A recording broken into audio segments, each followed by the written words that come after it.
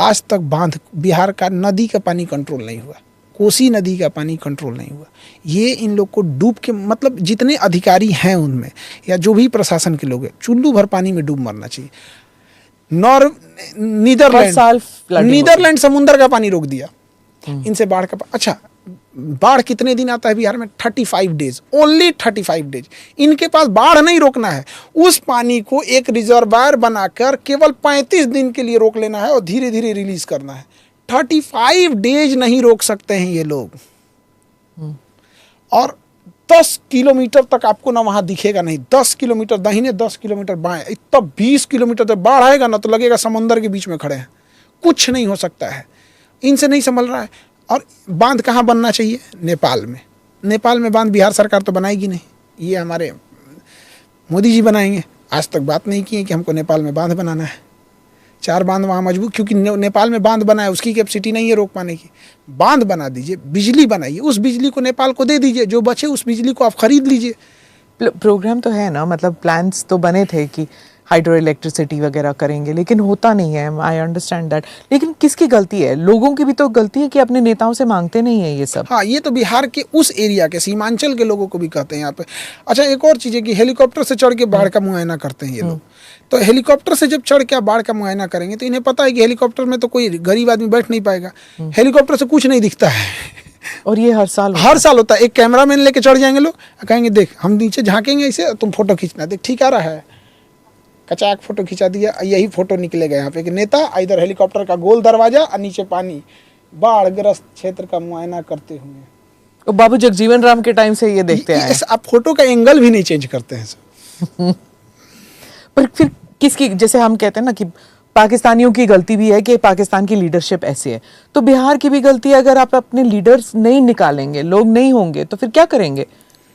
वही देखिए, बिहार को नेताओं ने एक चीज़ को समझ लिया कि इन लोगों ने देखा ना कि बिहारी जो है ना महत्वाकांक्षी व्यक्ति होता है, पढ़ा लिखा, अगर पढ़ लिख लेगा तो अपना अधिकार मांगने लगेगा।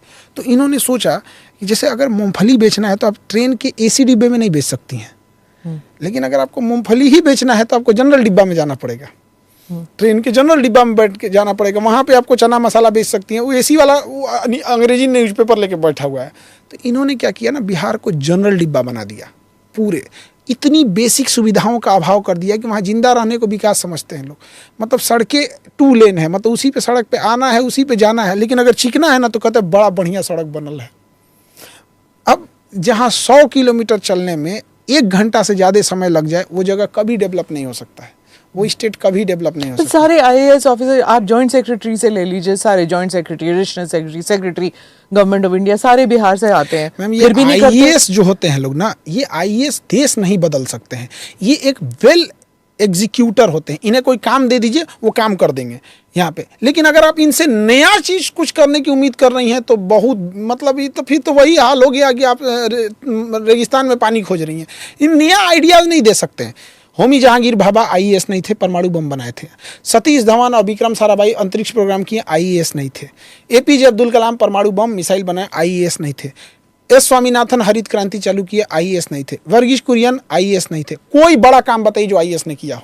एक देश चलाते हैं लोग, कहते हैं धक्का मारना और लीड करना अंतर होता है। देश को धक्का मारते हैं ये लोग, किसका ट्रांसफर करना है, किसको क्या करना है, बस एग्जीक्यूटर होते हैं। ये एग्जीक्यूट करना है कि इस आदमी को उठा के लाना है, उठा के लेके चलाएंगे।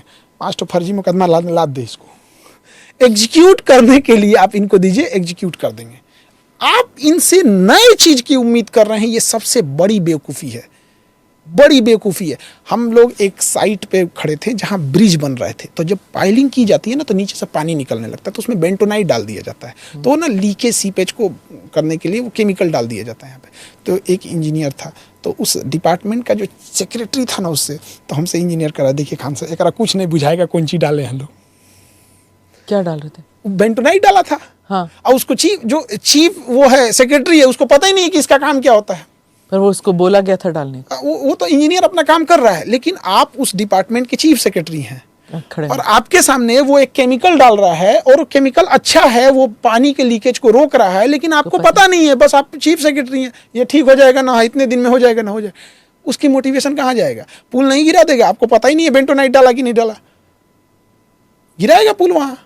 हाँ। तो ये चीजें बड़ी खराब है। और हम बिहार में जो पुल गिरते रहते हैं, हाँ जब देखो हर साल, एक तो